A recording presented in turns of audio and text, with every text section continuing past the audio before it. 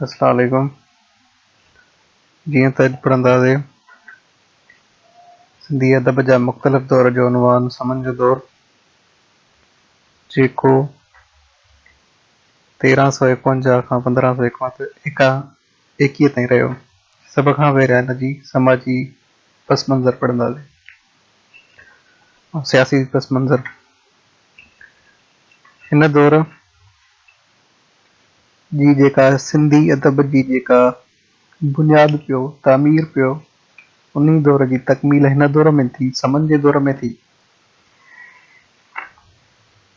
उन खां बाद समन जे दौर में आला मयार जी पिण शाइरी जी शुरूआत थी, जंहिंमें काज़ी काज़म जी शाइरी सभ खां अॻिते हुई। उन खां बाद समन जे आख़िरी हुकुमरान समन जो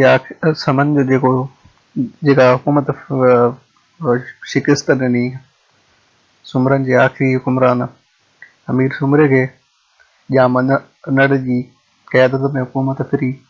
समन जी जेका हुकुमरान अरिड़हं हुकुमरान थिया, जंहिंजो PCS में सुवाल ईंदो आहे त सभ खां वधीक हुकुमरानी समन जे कहिड़े हुकुमरान कई? जाम फेरोज़ ॿियो आख़िरी हुकुमरान जाम फेरोज़ शाह बेग अरगून खां शिकस्त खाधी, जंहिंखां बाद अरगूननि जी हुकुमरानी शुरू थी 1521 में। समन जो दौर जेको सभ खां वधीक मदरसा बि क़ाइमु थिया, घणी इल्म ऐं अदब जो मर्कज़ बि रहियो, पर पोइ बि उन जे बावजूद भी सिंधी ॿोली सरकारी ॿोली बणिजी न सघी। सरकारी ज़बान उन दौर में फारसी रही। सभ खां पहिरियां सिंधी शाइरीअ में मामूमिन जा बेत ईंदा आहिनि, जन खे हफ़्ततन या सत ॼणा दरवेशा फ़क़ीरा हफ़्ततन चयो वेंदो आहे, जन जूं अॻकथियूं हुयूं, जन खे मामूमिन जा मौमा बि चयो वेंदो आहे। सभ खां पहिरियां इन में हिकिड़ो मिसाल तौरु मां हिन में ॾिनो आहे, हाक वहंदो हाकड़ो, भॼंदी बंध अरोड़, ॻोह मची लोड़, समय वेंदा सूखड़ी। ईअं ॿिया बि हिननि जा 7 मुख़्तलिफ़ शेर आहिनि, जेके वधीक हिनजे करे न ऐड करे सघियो। इन खां बाद संदनि इश्क जा दास्तान हिन दौर में कहिड़ा शुरू थिया। जीअं पहिरें दौर में किसन खे मशहूरु कयो वियो, कहिड़े हिसाब सां भटनि ऐं भाननि में ॻाए या उन में गीचनि में ॻाइबो। हिननि खे हिन दौर में भटनि ऐं भाननि में ॻायो वियो, जंहिंमें जाम लाखो ऐं मेहर राणी, जाम लाखो ओॾण ऐं जाम ओढो ऐं उथल परी जेको मेन अहम आहे उहो कंहिंजो आहे जाम तमाची नूरी वारो। उन खां बाद हिन दौर जा शाइर जेके मतिलबु हिकिड़ा शुरूआती शाइर हिन दौर जा, जंहिंमें मखदूम अहमद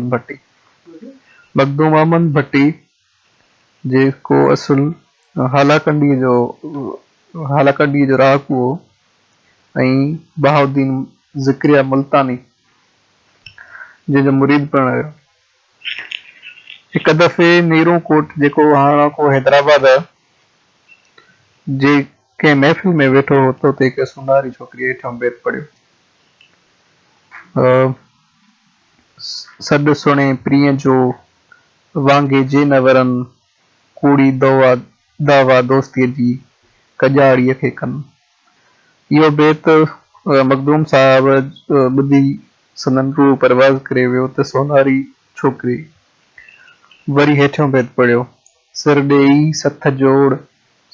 सथ जोड़, कंहिं पर कलालनि सी मरणा मोह म मोड़, अॼु वटे ते वध लहे। हिननि बेतनि जे बारे में ख़बर पइजी न सघी आहे त उहे बेत मखदूम साहब जा हुआ या कंहिं ॿिए शाइर जा, पर हिननि बेतनि मां साफ़ ज़ाहिर आहे त हिन दौर में शाइरी जी शुरूआत थी चुकी, रूहानी शाइरी।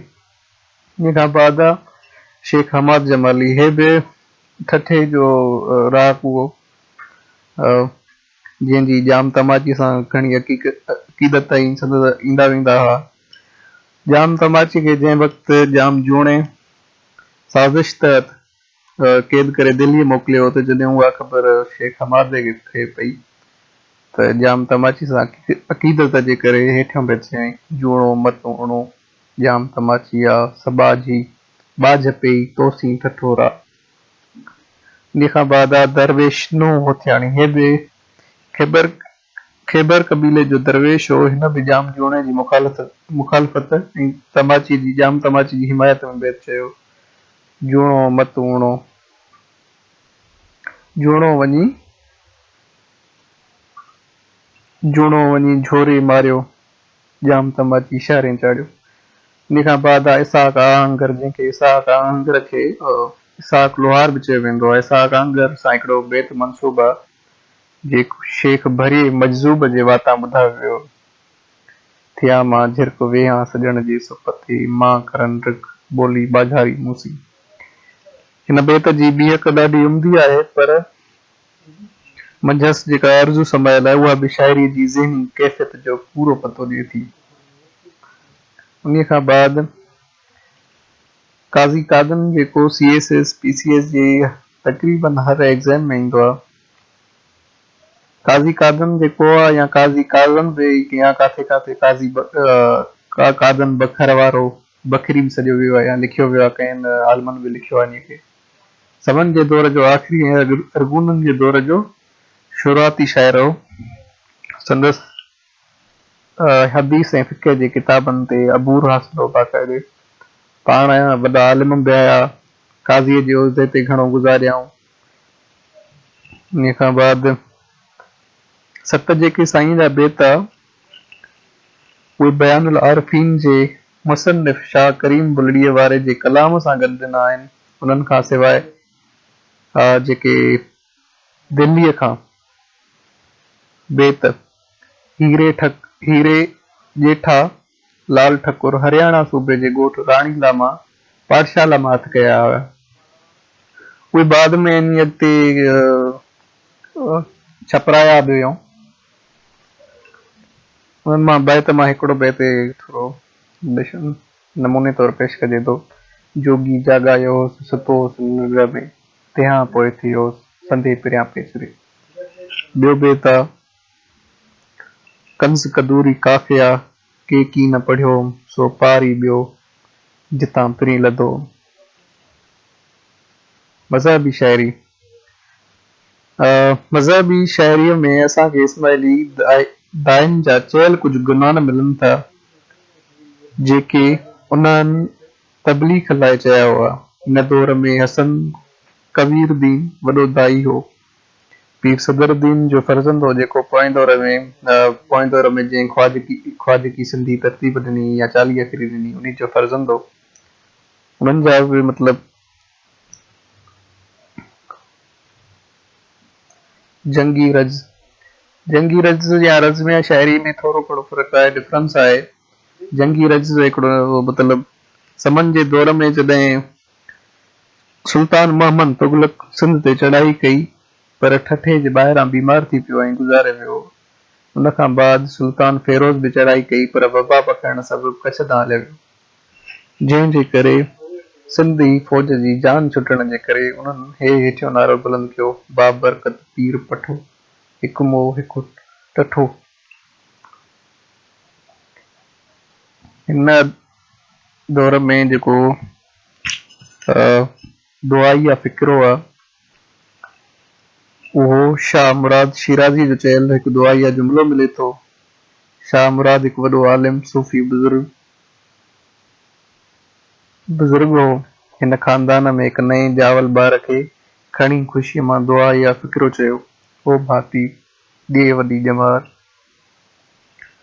हिन फ़िक्रे जी अहमियत इन करे आहे जो उन जो काफ़ियो जेको आहे अलिफ़ अशबा मतिलबु जेको आख़िर में अलिफ़ अशबा जी शाइरी ते ॿधल आहे, जंहिं मां ज़ाहिर आहे त अलिफ़ अशबा जी शाइरीअ जो रवाज हिन दौर में पइजी चुको हो। मतिलबु अलिफ़ अशबा जी शाइरीअ जो जेको असां बुनियादु चऊं त उहो दौर जो हिन जो अदबी जाइज़ो। हिन दौर में सिंधी ॿोली अदबी ॿोली हुई, अरबी ॿोली लिमी ॿोली हुई ऐं फारसी दस्तरी ॿोली हुई। सिंधी ॿोलीअ जूं जेके सरहदूं आहिनि उहे ओरांगे दूर दराज़ इलाइक़नि तां पहुची वई हुई। उतां जी ॿोलियुनि ते पंहिंजो बि असरु छॾियईं ऐं कुझु उन्हनि जो असर बि क़बूल कयईं। शुरूअ में लिसानी ख़ुसूसियतनि ऐं अदबी रवायतूं सुमरनि जे दौर वारियूं साॻियूं रहियूं। हिन दौर में रोमानवी दास्तान ॻाया विया जेके मतिलबु भिटनि ऐं गाननि बाननि ते ॻाए मशहूरु कया। सिंधी नसर में बयान जी क़ुवत ऐं सलाहियत वधण जे करे नवां किसा राइज थिया। समाज जूं महफ़िलूं जा बजा थियण लॻियूं जिन में सिंधी बेत पंहिंजो इर्तिकाई सफ़र तइ कयो। उन खां बाद मज़हबी शाइरीअ जी जेका तरक़ी थी उहा गुनान जी सूरत में थी। इन खां बाद अलिफ अशबाह जी शाइरी याने हर मिस्र जी आख़िर में आ ॻंढे काफ़ियो ठाहिण जी शुरूआत बि हिन दौर में थी चुकी। हिन दौर में धारियुनि सिंध ते काऊं कयूं तंहिं जे करे हुब्बुल वतनी जो जज़्बो जाॻियो ऐं जंगी रज या क़ौमी नारे जनम वरितो। ऐं हिन दौर में केतिरा ई आलिम शाइर पैदा थिया जहिड़ोकि शेख झंडो पाणेती, ॼाम नंदो, मखदूम बिलावल, मुला अब्दुर्रहमान उर्फ मुला लुटर। हिन दौर में कुझु बेतनि में उन वक़्त जे समाजी माहौल ऐं सियासी हालतुनि जो बि पतो पवे थो। जहिड़ोकि मामूअनि जे बेत में दरियाई पंध, दरियाई पैदावार वग़ैरह सिंध जी तहज़ीब ऐं माहौल जो चिटो अक्स बि पेश कनि था। ईअं मतिलबु उन में समाजी पस मंज़र बि शामिल आहे, सियासी पस मंज़र बि शामिल आहे। हिन दौर में बेत जे मैदान में जेके रवायतूं क़ाइमु थियूं उहे अॻिते हली सिंधी बेत जो मुस्तक़िल ढांचो बणियो। मिसाल दोहे ऐं सोठे जे मेलाप सां जेके कामयाब तजुर्बा कया विया उहे शाह अब्दुल लतीफ़ भिटाई रहमतुल्लाह अलैह ऐं ॿियनि शाइरनि बि पंहिंजी शाइरीअ में इस्तेमालु कया। ऐं उन खां अलावा कुझु बेत टिसिटा बि मिलनि था, जीअं टिसिटा बेत कुझु उन्हनि जे दौर में सुमरनि जे दौर में मिलनि पिया, हिन दौर में बि ईअं मिलनि था। तमसीली शाइरीअ जो बुनियाद बि पियो जेको अॻिते हली तसव्वुफ़ ऐं रूहानी नुक़्तनि सम्झाइण लाइ इस्तेमालु कयो वियो।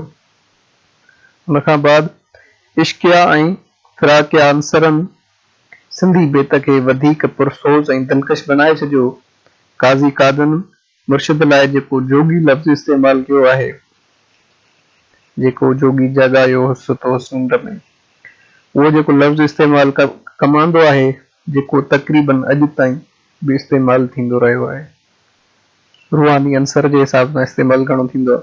काज़ी काज़न उन खां बाद जेको जाॻायो लफ़्ज़ इस्तेमालु कयो आहे, जाॻायोस जंहिंजी माना आहे मूंखे जाॻायईं, पर अॼुकल्ह जाॻायोस जी माना आहे हिन खे जाॻायो। मतिलबु कुझु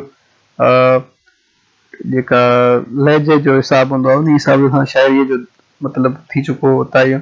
इन खां बाद हिन दौर में सिंधी ऐं सिराइकी जो हिक ॿिए ते तमामु घणो असरु पियो। काज़ी काज़न त सिराइकीअ में बि बेत चया हुआ। ठीकु आहे, हिन दौर जी अदबी दौर जो पुॼाणी थी।